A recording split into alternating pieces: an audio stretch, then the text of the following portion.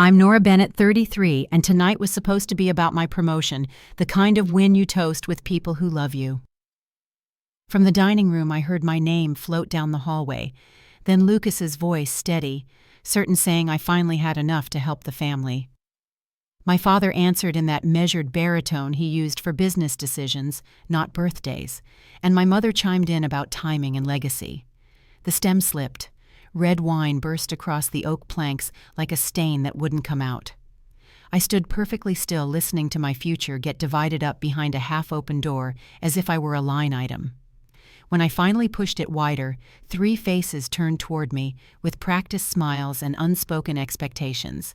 Something inside me that used to flutter just settled.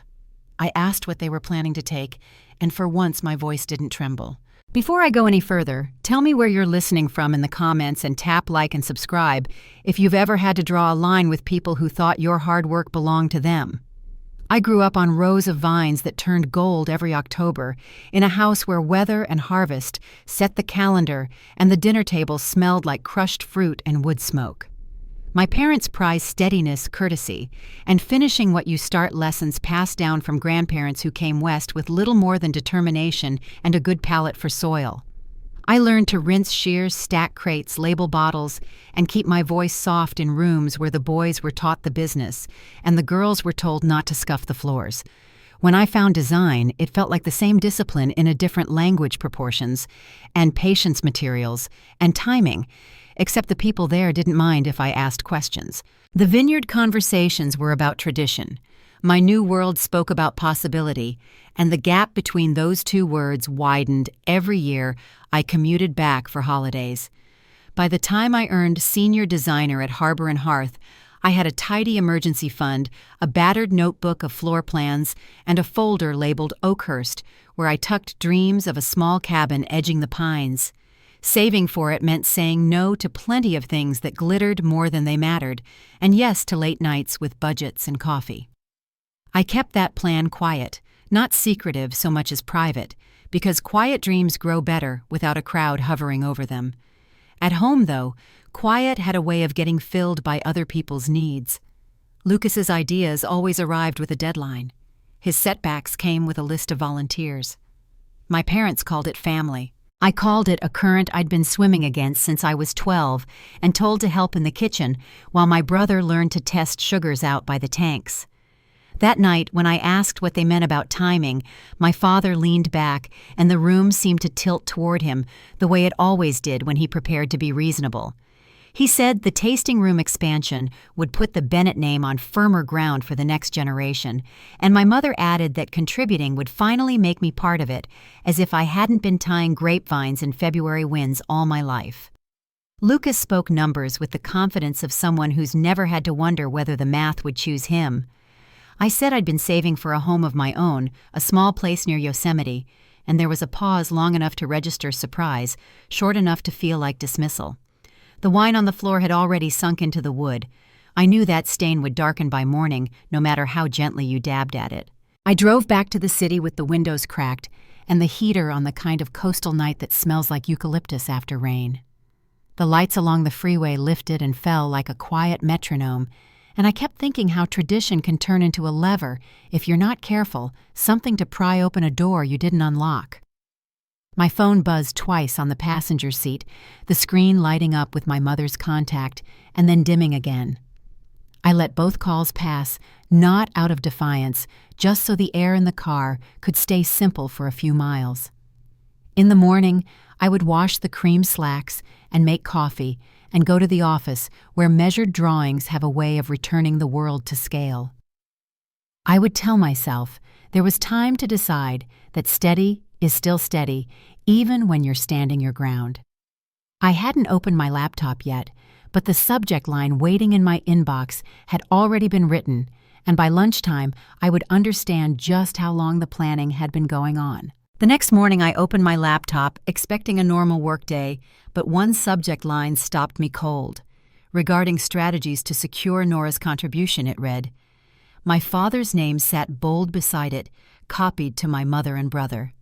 I clicked and felt my stomach tighten as the words unfolded on the screen. My father had written to the family's financial advisor describing me not as a daughter, but as an opportunity. He called me cautious, said the promotion had put me in position to finally contribute to the Vineyard's future, and suggested $100,000 for a 10% stake. My mother's reply urged that the family aspect be emphasized, reminding him I'd always wanted inclusion. The final blow came in Lucas's words, calling it Lucas's tasting room in the paperwork, since he was the one keeping the place alive while I built my little career. I read through weeks of their planning messages that made it clear the dinner had been no celebration.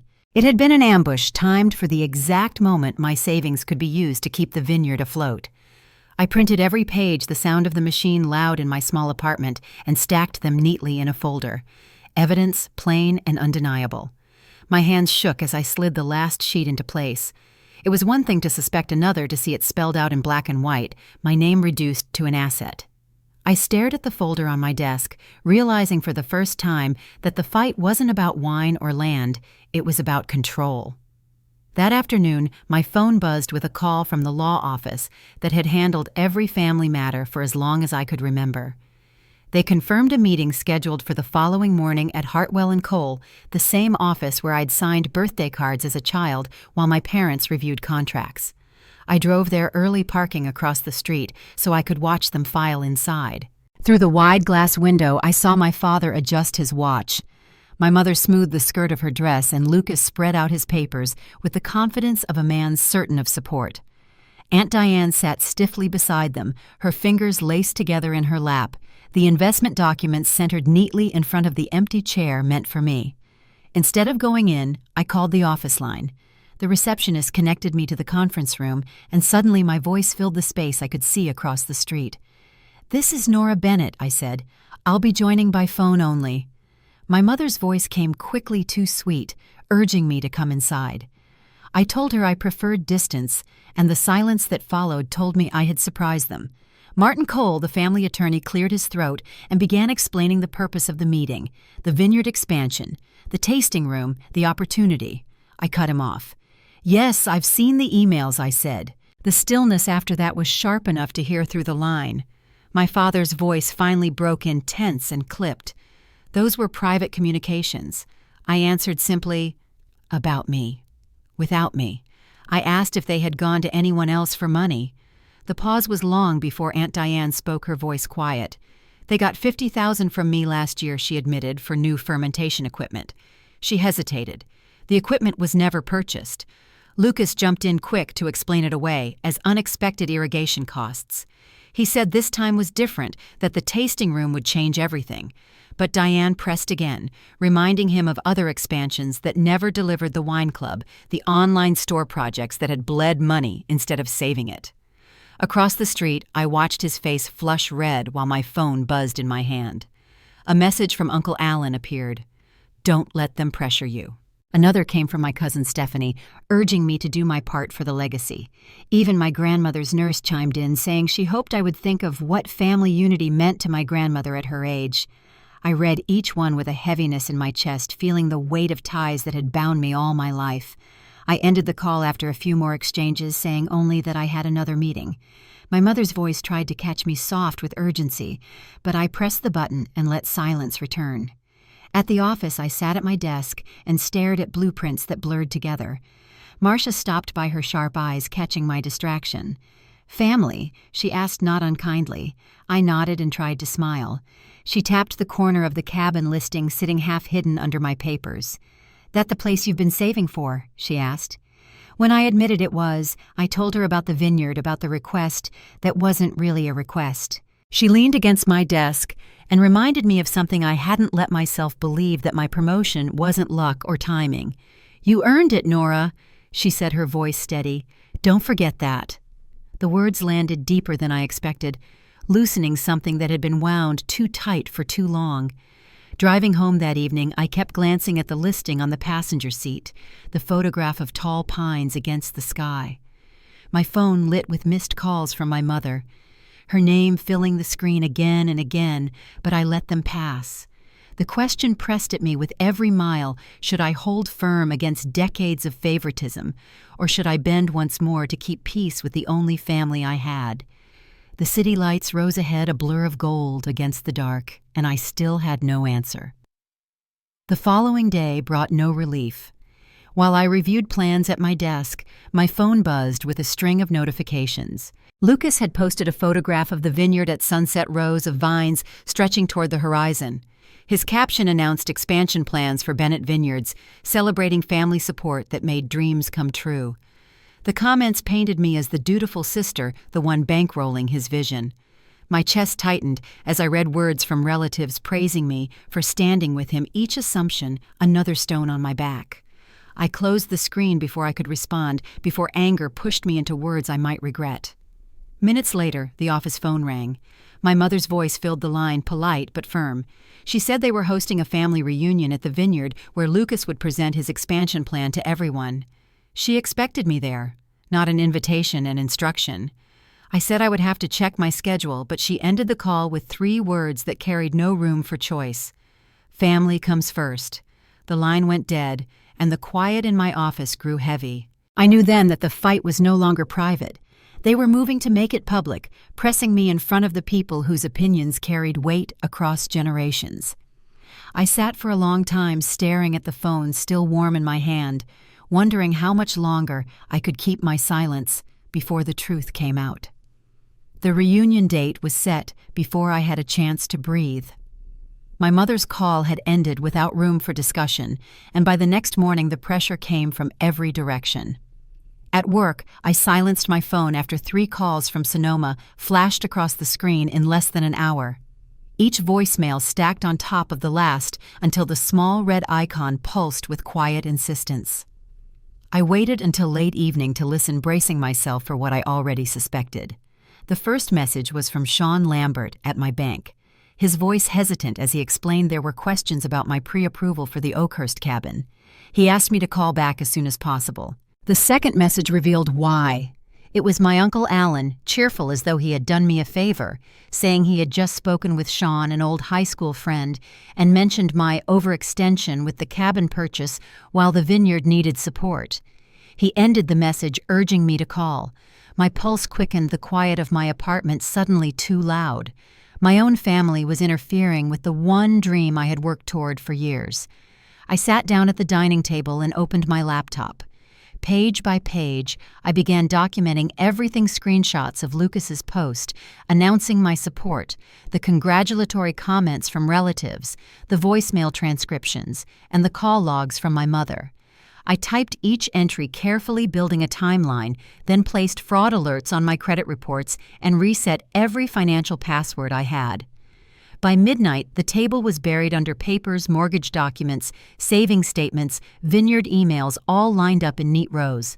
It looked less like a home and more like a case file. The doorbell rang sharp in the quiet. I glanced at the clock, nearly 1 a.m. Through the peephole, I saw my mother holding a bottle of wine. I opened the door, and she stepped inside without waiting. She set the bottle on my counter, her voice soft but rehearsed. "Bennett Reserve, 1989, she said. "The year you were born. We've been saving it for a special occasion." The bottle gleamed under the kitchen light, the family crest printed in gold on the label. She spoke of cases of wine each year, my name etched on a plaque in the tasting room, children's futures secured if I agreed to invest. I listened without moving. When she finally paused, I said only that my future was not for sale. Her smile faltered. She called me dramatic and spoke again of legacy. I answered that it had always been about Lucas. For a long moment, the kitchen was silent except for the hum of the refrigerator. I told her it was time to go. As she reached for the bottle, I placed my hand on hers and told her to leave it. "I might need it," I said quietly when I signed the cabin papers. She left without another word, the hallway closing behind her. The next morning, I found Gabe at the coffee machine in the office. Without preamble, I asked if he could help me draft an email. He raised an eyebrow and joked about quitting already, but when he saw my face, he led me back to his office. I explained everything as we walked, laying out the vineyard, the demands, the pressure. He listened in silence until I was finished, then opened his laptop. "Let's make this clear," he said. Together we wrote a message to every member of my family. It was formal, direct, and unambiguous. I stated that my finances were my own, that I would not be contributing to the vineyard, and that any further interference would have consequences. No justifications, no apologies, just boundaries. That evening, I sat at the same dining table, the folder of vineyard documents on one side, the cabin listing on the other. I scheduled a property viewing with Lydia for Saturday afternoon, the exact time of the family reunion. While we confirmed details over the phone, I clicked send on the email Gabe and I had helped prepare. The moment the message left my outbox, I exhaled for what felt like the first time in weeks. I spent the rest of the night building a spreadsheet. On one column, I mapped the returns of investing in my cabin property, appreciation rental income tax advantages. On the other, the vineyard's decade of low margins and mounting debt. Line after line, the numbers told the same story. My investment in Oakhurst wasn't selfish, it was sound. I closed the laptop, the glow fading into darkness, and leaned back in my chair. The decision had been made. The following morning, my phone rang again. A new voice introduced herself as Dana Price from First Sequoia Bank. She explained that her team specialized in vacation properties near Yosemite and could offer me better terms than my current pre-approval. I jotted her information down and thanked her, the edges of my fear softening into something steadier. Every sign pointed toward one path, and for once it was mine to take. By the weekend, the vineyard's oak table would be waiting with contracts prepared in my name. But I also had an appointment set for a ridge that promised independence, a place untouched by anyone's expectations. I packed my folder and slid the cabin photographs on top, ready for the drive north. The choice was no longer a question. It was a confrontation waiting to happen. Saturday morning came with a soft fog over the city, the kind that blurred edges and muted sound. I loaded the folder into my bag, the one holding the vineyard's financials, the email records, and my cabin documents. Before heading towards Sonoma, I stopped at the coffee shop near my apartment, buying a plain cup that warmed my hands as I prepared for the hours ahead. The vineyard gates would be open, the long driveway lined with sycamores turning amber with fall. Inside, my family would be waiting, every chair pulled close to the oak table that had served as their stage for decades. When I walked into the tasting room, conversation hushed. My father sat at the head, my mother just beside him. Lucas leaned back against the window with arms crossed, his expression carefully measured. Aunt Diane fidgeted with her pearl necklace, and Uncle Alan glanced up from his coffee. A stack of LLC documents lay on the table in front of the empty chair they had reserved for me. I set my bag down but didn't sit, keeping the folder close to my side. Before we discuss any signatures, I began sliding out the first report I want to review the vineyard's performance. My voice carried more firmly than I expected, steady in the large room. I placed copies in front of them, each page highlighted and dated. For the past decade, the vineyard has operated at a profit margin of less than 2%. In 2019, there was an actual loss of $35,000. In 2021, despite record tourism profits, only reached $12,000. I looked directly at my father, then my brother. These numbers are far below industry standards. Lucas broke the silence first. "You don't understand what it takes to run this place," he said. "You've never cared about the family legacy." His words filled the air, sharp and defensive. Uncle Alan leaned forward, clearing his throat. "Actually, I recall Nora asking to learn when she was younger," he said. "Wasn't she the one who wanted to help with harvest and fermentation?" His eyes shifted toward my father, waiting. Aunt Diane nodded gently. "I remember her asking me about bookkeeping in high school, saying she wanted to understand the business side. She gave me a brief, steady glance. I answered softly. I was told it wasn't my place, that Lucas would handle it." The quiet stretched across the table, broken only when my mother leaned forward, her voice smooth. "That was years ago, Nora. This is about now, about family loyalty." "Is loyalty investing in a business I was never allowed to be part of?" I asked. "A business that by these numbers hasn't been able to sustain itself for more than a decade." I let the question sit in the space between us, heavy and unflinching. Several relatives looked at one another. My grandmother Grace reached across the table, her weathered hand covering mine. "Would you consider a smaller investment?" she asked softly, "just to keep peace in the family." Her eyes held mine steady, but tired, the weight of unity more important to her than the vineyard itself. I hesitated, the papers rustling under my hand. The cabin flashed in my mind, 3 acres under tall pines, the ridge looking out over Yosemite. It was more than land. It was the future I had chosen. A token contribution would not buy peace. It would only invite more demands. Before I could speak, my phone buzzed against the folder. I excused myself and stepped out to answer. Marcia's voice came through, firm and professional. "Nora, sorry to interrupt, but we have an issue with the Westridge project. The client wants immediate revisions to the East Wing before Monday. We had planned this call a lifeline if the pressure inside became too much." Relief washed over me as I answered, "I'll be there as soon as I can." When I returned to the room, the expressions ranged from disappointed to wary. I gathered my folder and said, "I'm sorry. There's a work emergency. I need to leave." "This is more important than your job," my father insisted. "We need an answer today," my mother added quickly. Lucas slammed his hand on the table, the sound echoing through the tasting room. "This is exactly why the vineyard is failing. No one is willing to sacrifice. You think I haven't put everything I have into this place? We're drowning in debt. The bank is threatening foreclosure if we don't show improvement next quarter." The words froze the room. Several relatives turned toward him, surprise etched across their faces. "Foreclosure," Uncle Alan repeated, his voice heavy. "You never mentioned that." I asked quietly, "If things are that dire, why would my $100,000 make a difference?" Lucas didn't answer. The silence that followed was louder than his outburst. Aunt Diane finally spoke. "I think we need time to review everything Nora's provided." She glanced around the table.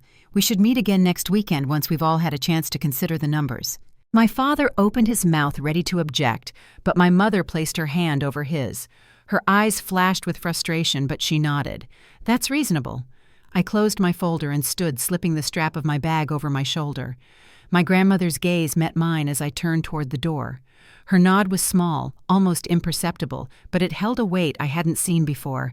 Respect, quiet and long overdue. I left the vineyard with my head high, the gravel crunching under my shoes as I walked back to my car. The papers inside my bag pressed against my side like armor. Tomorrow I would stand on the ridge in Oakhurst, looking out over the mountains, knowing the choice was mine alone to make. And by the following weekend, when I returned to that same oak table, my family would know it too. The morning after the meeting at the vineyard, I drove out toward Oakhurst with the windows rolled down and the folder resting on the passenger seat. The sun rose behind me, spilling light over the hills as the road curved into pine country. When I pulled up at the gate of the property, Lydia was already waiting, her clipboard tucked under her arm and a scarf wound against the crisp mountain air. She walked me up the gravel drive to the cabin, the wood siding glowing in the autumn light.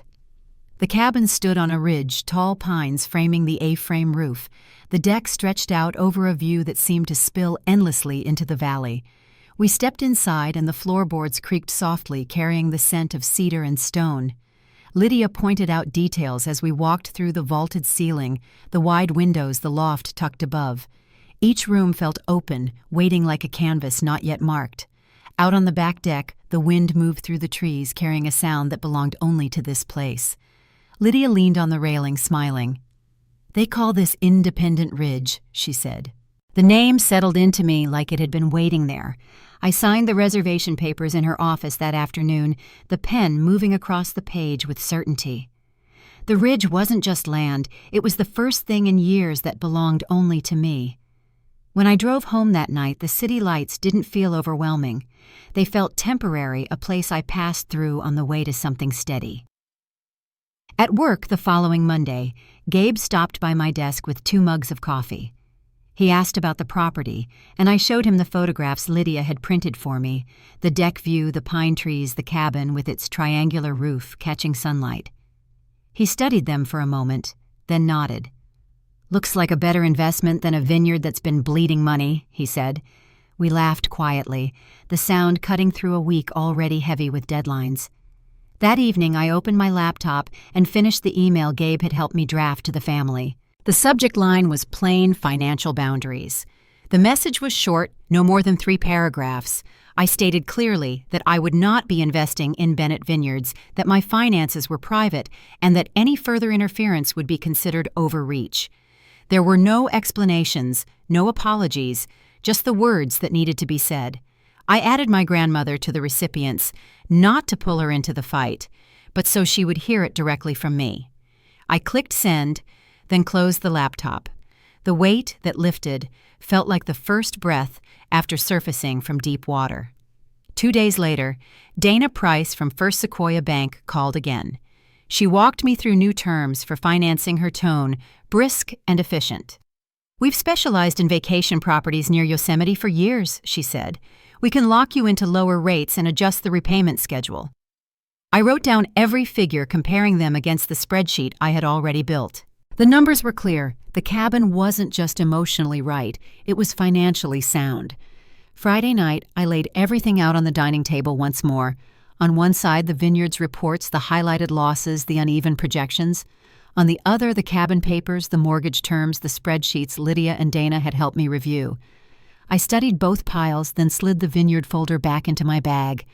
The choice was made, and this time there was no room for hesitation. On Saturday, I drove back to Sonoma for the family reunion.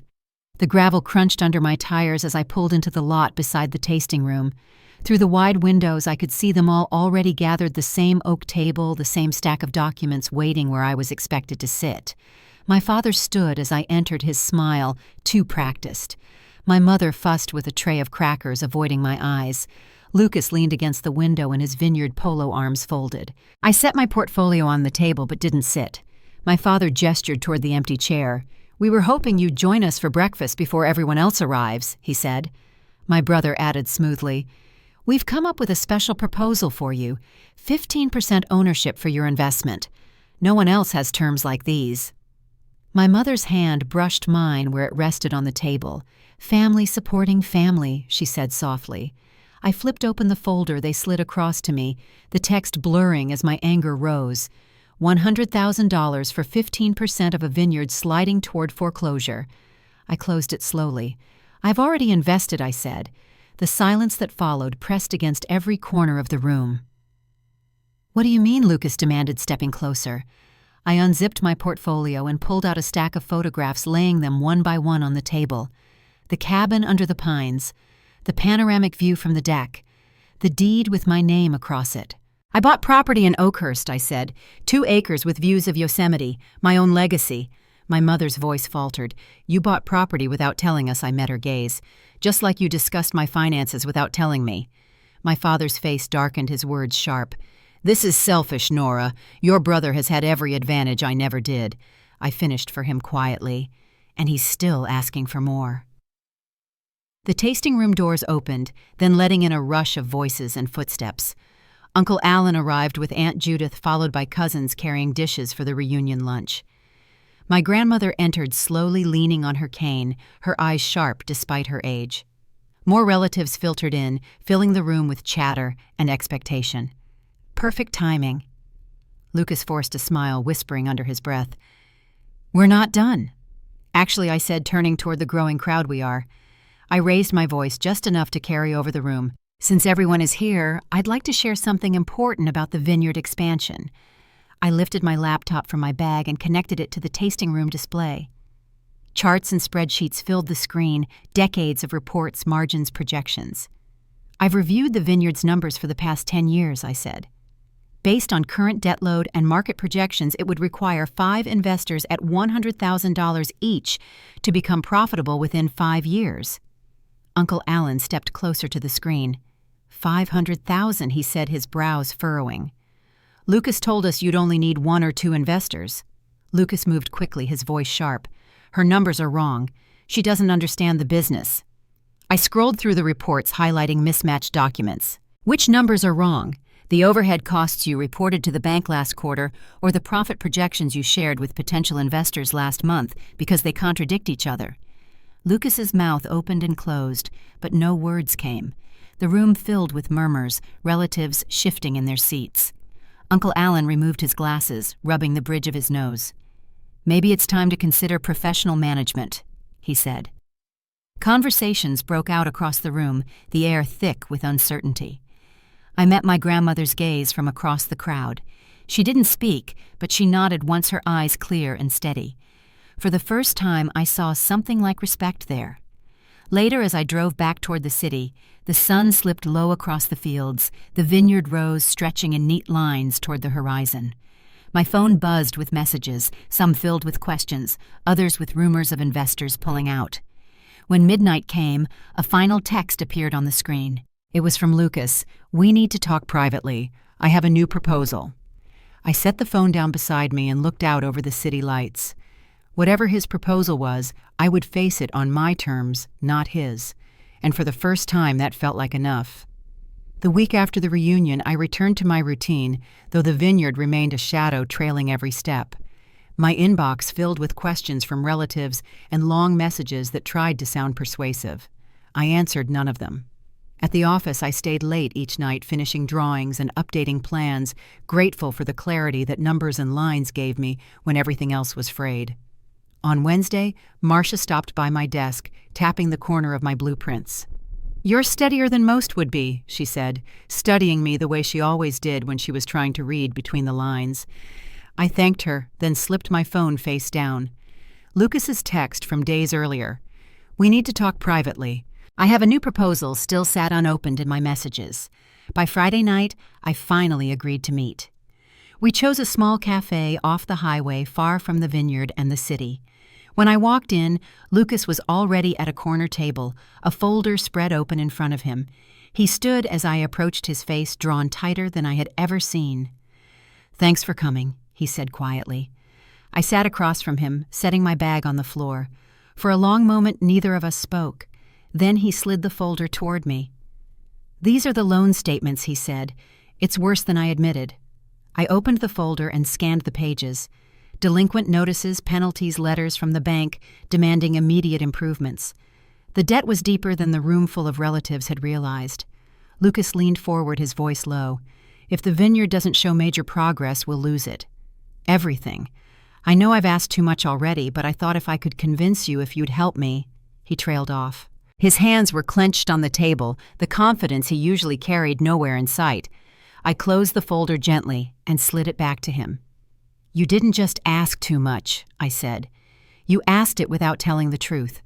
About the finances, about the risks, about the foreclosure." His jaw tightened, but he didn't argue. For once, he had no defense. The silence between us was heavy, broken only by the clatter of dishes from the kitchen.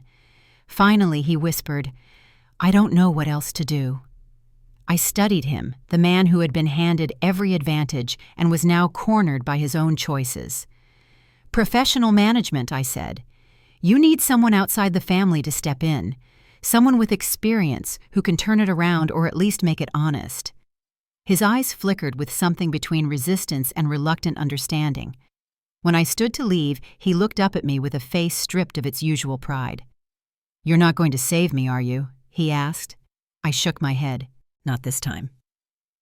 That night I drove back into the city with the windows open, the cool air rushing in. My phone buzzed again with family messages, but I left it on the seat unanswered. The skyline rose ahead, steady and indifferent, and I realized I no longer needed their approval to keep moving forward. The following morning I returned to Oakhurst to meet Lydia. She walked me through the cabin again this time, with a contractor she trusted.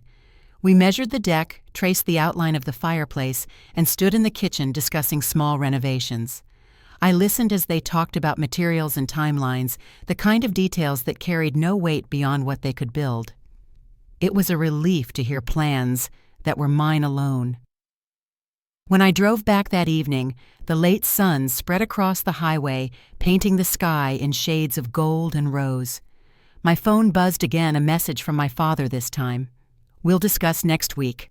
Family first." I set it back down without replying. On Sunday, I sat at my dining table, the same one that had been covered in papers for weeks. This time, there was only one stack. The cabin documents, the mortgage approvals, the photographs of the ridge. I studied them slowly, knowing that when I returned to the vineyard, my decision would no longer be a secret. The next meeting was set for Saturday. My parents Lucas and the relatives who had pressed for unity would all be there. The oak table would be waiting documents spread across it like they always had been. But this time I would bring something else, the proof that my investment had already been made.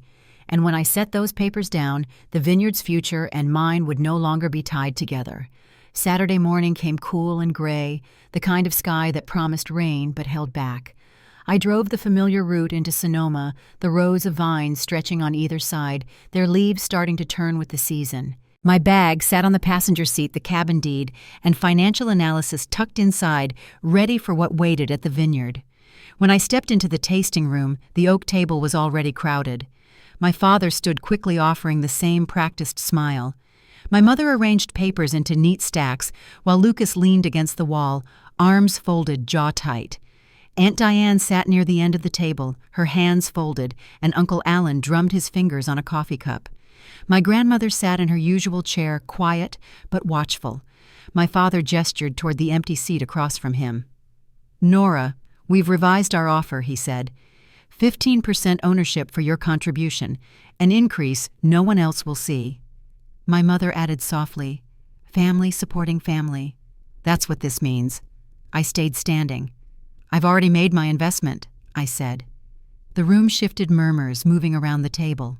Lucas pushed off from the wall, his expression dark. "What do you mean?" he asked sharply. I opened my portfolio and laid the photographs one by one across the table. The A-frame cabin nestled among the pines, the wide view from the back deck, the deed my name printed in bold. "I bought property in Oakhurst," I said. 2 acres on Independent Ridge." My mother's face paled. Without telling us, she whispered, "Just as you didn't tell me about the emails," I answered. My father's voice cut in sharp and heated. "This is selfish. Your brother has had every advantage I finished for him meeting his eyes, and he still asks for more." The doors opened then, letting in cousins, uncles, and neighbors carrying dishes for the reunion lunch. The timing was perfect. Lucas forced a smile for the newcomers, but hissed at me under his breath, "We're not done." I turned toward the crowd, raising my voice just enough.